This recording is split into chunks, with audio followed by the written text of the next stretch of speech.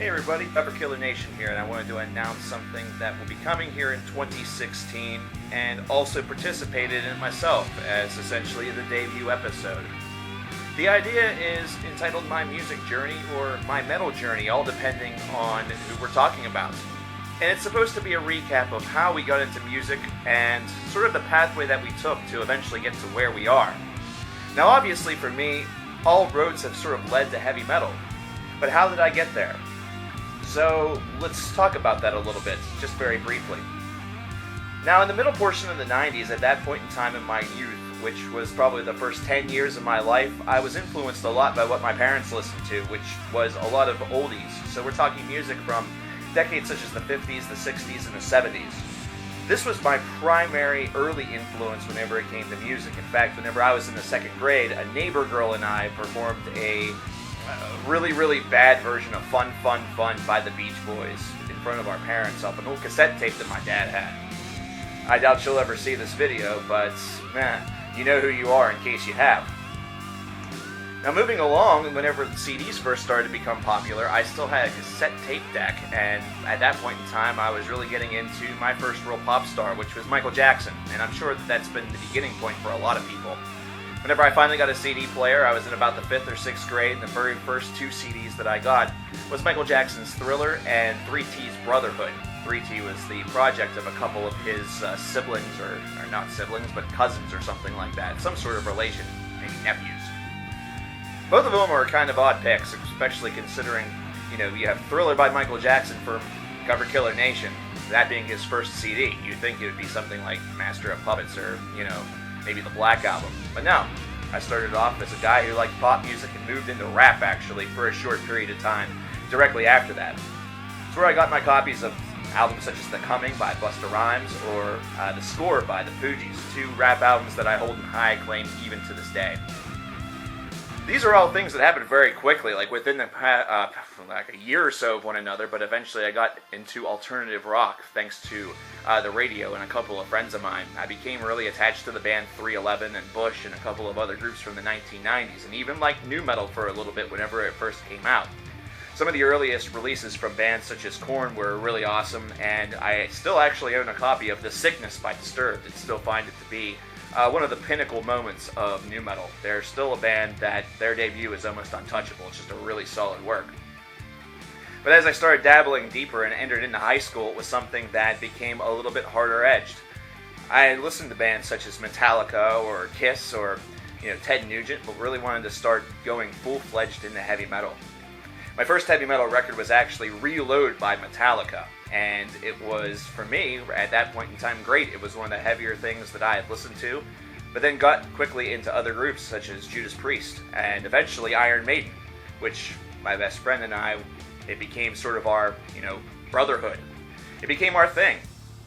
I continued to explore, and by the time high school was done, I was listening to a lot of different records from different heavy metal groups, finding a lot of them on those stations that are on the upper portion of a lot of your traditional digital cable channels, and they had a metal channel, and I found bands over there like Dream Theater and Overkill and a lot of others. This is before the internet was a really big place to find a lot of heavy metal stuff. However, there were message boards, and on the Iron Maiden and Judas Priest message boards, there were a couple of great guys that helped point me in the direction of a lot of other great heavy metal bands. In fact, one of them even sent me a 2-disc sampler of progressive metal and power metal, which I still actually own to this day somewhere in that mess that's behind me. But that's something that helped me get into more and more groups, and whenever I hit college, it just became a full-fledged explosion.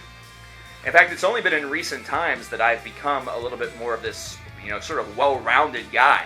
I always had a respect for jazz, I always had a respect for blues, and still had a deep respect for rock music, but it's something where lately with the indie boom that I've really, sort of been catapulted back into that as the creativity seems to have risen back up to where it was. Whenever it comes to jazz and blues, exploring the classics was always fun, but finding new faces and new names such as the Joe Bonamassas, the Gary Clark Jr.'s, the Johnny Langs, and the like of the world have certainly reinvigorated a deep love and respect for that.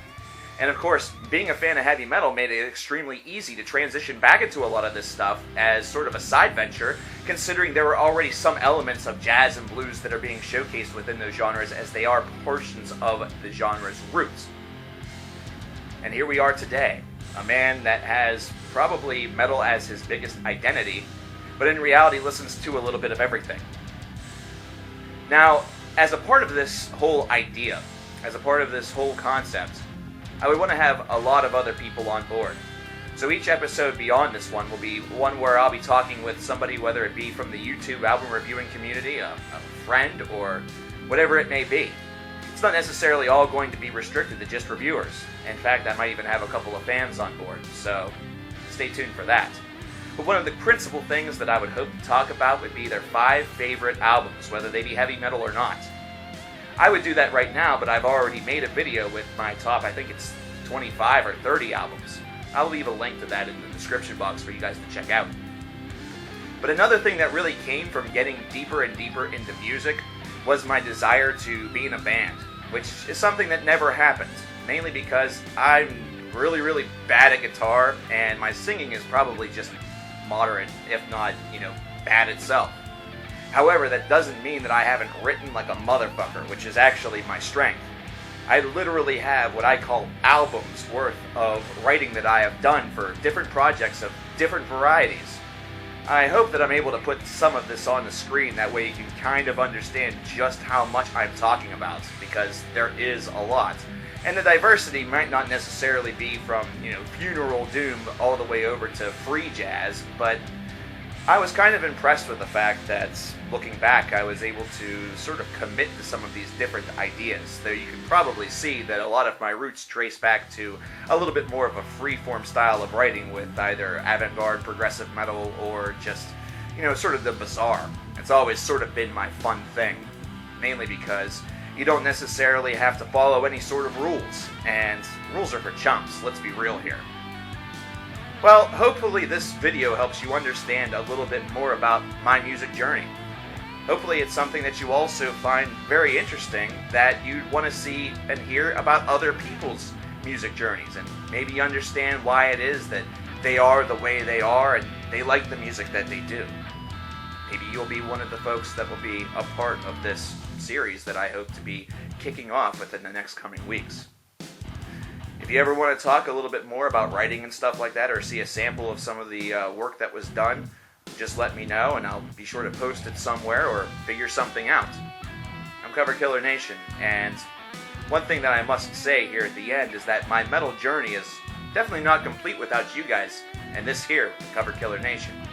It was something that whenever I launched this idea back in 2009, it was originally meant to be a joke.